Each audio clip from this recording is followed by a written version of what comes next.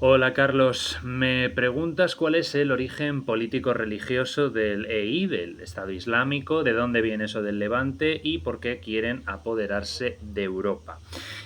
Vale, este es un tema muy extenso, muy complejo, entonces vamos a dar unas cuantas claves y vamos por partes, empezando por la denominación, porque es la propia organización la que se ha denominado a sí misma Estado Islámico, es decir, este nombre no está reconocido por ninguna agencia internacional, ni ningún país, ni ninguna organización musulmana. De hecho, todos ellos recomiendan no utilizar este término para referirse a estos terroristas, ni tampoco su equivalente en inglés, el ISIS, ¿no? Para Islamic State of Iraq and Syria. Al contrario, se recomienda que se les denomine Daesh, ya que en árabe el sonido de esta palabra es parecido a algo que aplastar o pisotear, lo que resulta, lógicamente, especialmente ofensivo para los terroristas, hasta el punto de que miembros del Daesh han jurado eliminar a cualquiera que lo utilice. Pero referirse a ellos como Estado Islámico o ISIS es realizar una concesión a los terroristas que no merecen. De todas formas, el propio grupo ha cambiado de nombre muchas veces. El origen del Daesh hay que buscarlo en Al-Qaeda y en el contexto sociopolítico que hay desde hace años en países como Irak y Siria. Tenemos que remontarnos a 1988, cuando Osama Bin Laden decide crear Al-Qaeda al-Asqariyya, literalmente la base militar, en el contexto de la ocupación de Afganistán por la Unión Soviética entre 1979 y 1992, cuando miles de jóvenes afganos y de otras procedencias del mundo musulmán se unieron como mujahidines a la yihad proclamada contra la ocupación soviética.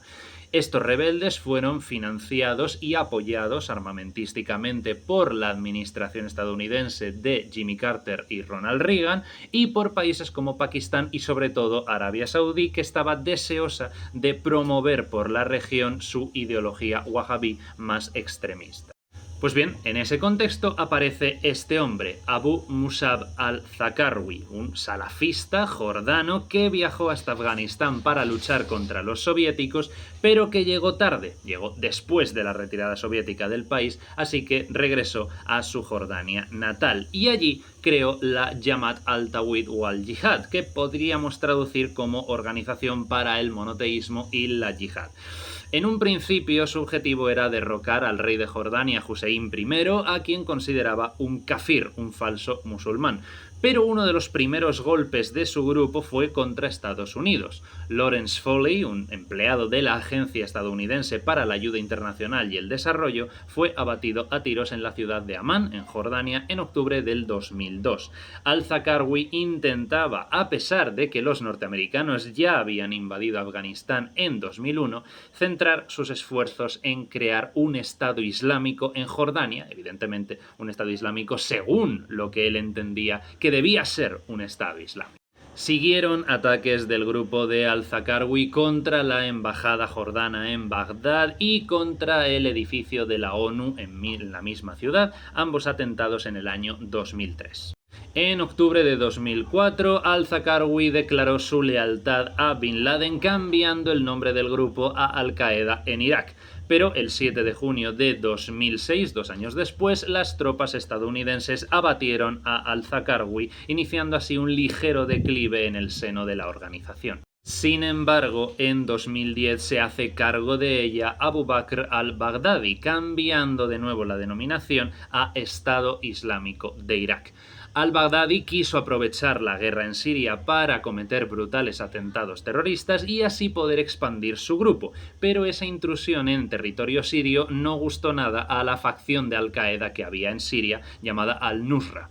3 años más tarde, en 2013, al-Baghdadi fusionó las milicias de Irak y Siria para crear lo que desde entonces se conoció como el Estado Islámico de Irak y el Levante, llamado así porque pretendía abarcar toda la zona que se conoce como el Levante Mediterráneo, que abarca los actuales Israel, Jordania, Líbano, Siria, Palestina y la provincia turca de Hatay. Este movimiento fue también condenado por Al-Qaeda en Siria, que toma la decisión de expulsar al Daesh de su organización de filiales. El resto de la historia es de sobra conocido. El primer anuncio oficial de al-Baghdadi, el 29 de junio de 2014, es declarar la independencia de su organización de Al-Qaeda, proclamar su soberanía sobre Irak y Siria y autoproclamarse califa con el nombre de Ibrahim.